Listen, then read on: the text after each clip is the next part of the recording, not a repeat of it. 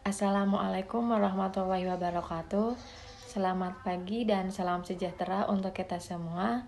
Sebelumnya saya ucapkan terima kasih kepada dosen pengampu mata kuliah penganggaran perusahaan, yaitu Bapak Yasin Maulana SEMSM, karena telah memberikan kesempatan kepada kelompok kami untuk berpresentasi.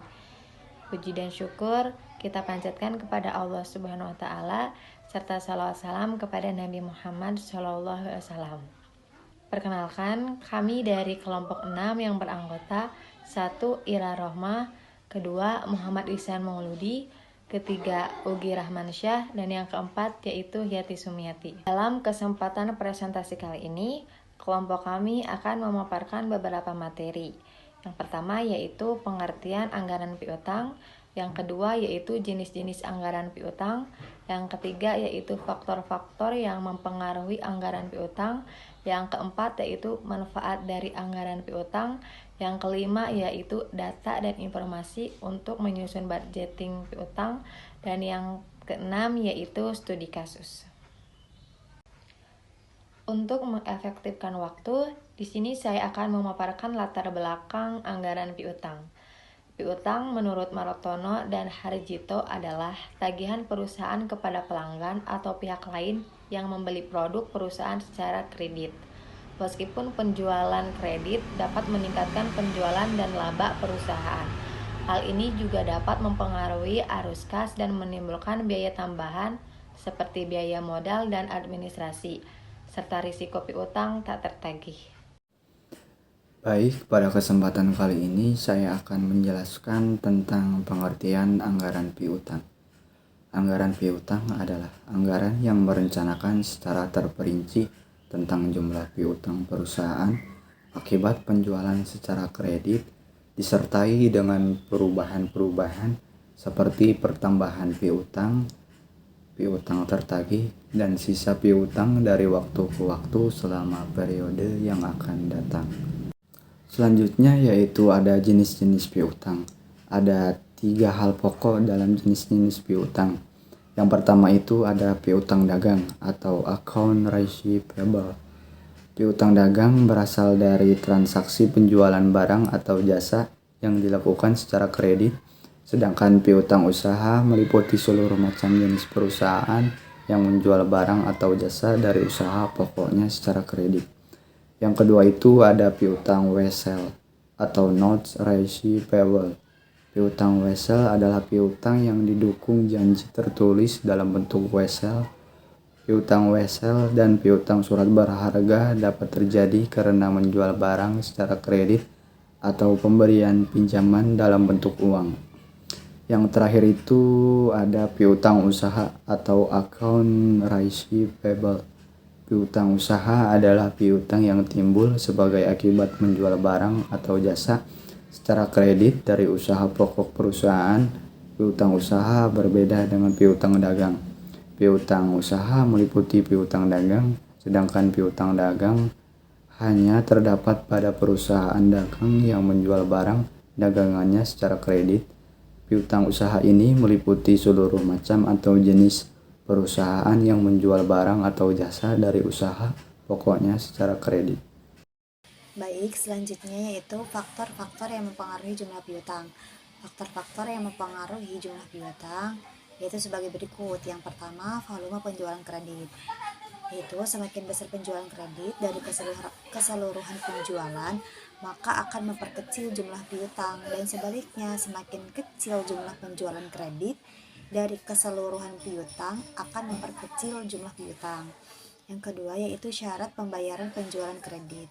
Semakin panjang batas waktu pembayaran kredit berarti semakin besar jumlah piutangnya. Dan sebaliknya, semakin pendek batas waktu pembayaran kredit berarti semakin kecil besarnya jumlah piutang. Yang ketiga yaitu ketentuan dalam pembatasan kredit. Apabila batas maksimal volume penjualan kredit ditetapkan dalam jumlah yang relatif besar, maka besarnya piutang juga semakin besar. Yang keempat ada kebijakan dalam pengumpulan piutang, yaitu perusahaan dapat menjalankan kebijakan dalam pengumpulan piutang dalam 2 cara, yaitu ada yang aktif dan pasif.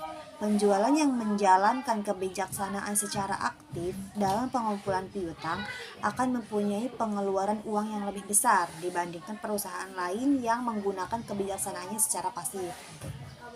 Yang kelima yaitu kebiasaan membayar dalam pelanggan, yaitu semua piutangnya diperkirakan akan terrealisasikan menjadi kas dalam setahun.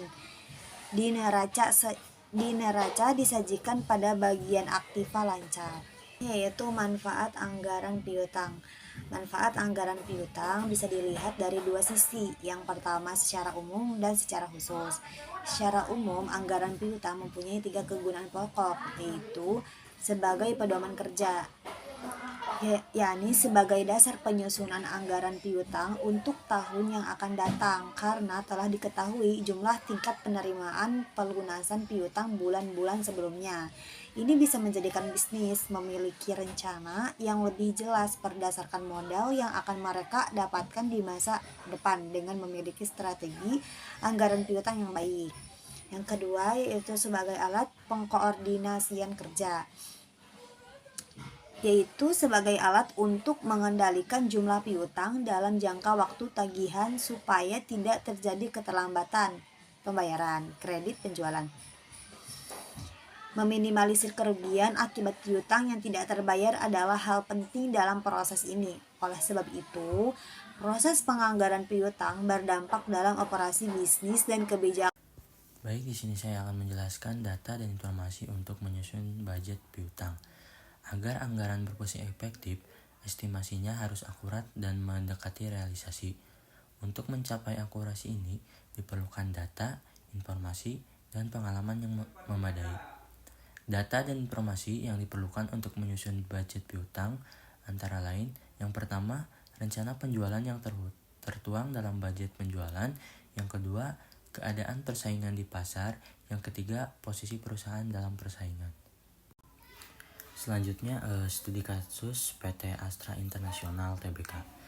PT Astra International Tbk sebagai perusahaan manufaktur di bidang suku cadang otomotif menghadapi piutang usaha yang besar akibat penjualan kredit. Untuk mengelola piutang ini secara lebih efektif dan efisien, perusahaan memutuskan untuk menyusun anggaran piutang dengan tujuan memperkirakan jumlah piutang yang akan timbul pada periode mendatang, merencanakan dan mengendalikan penagihan piutang, memperkirakan arus kas dari piutang usaha, serta meminimalisir risiko kerugian akibat piutang tak tertagih.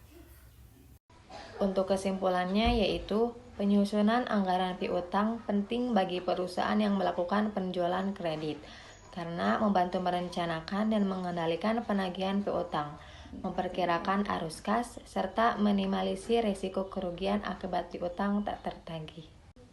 Presentasi telah selesai dimaparkan. Mohon maaf untuk jika ada kesalahan kata atau dan lainnya. Wassalamualaikum warahmatullahi wabarakatuh.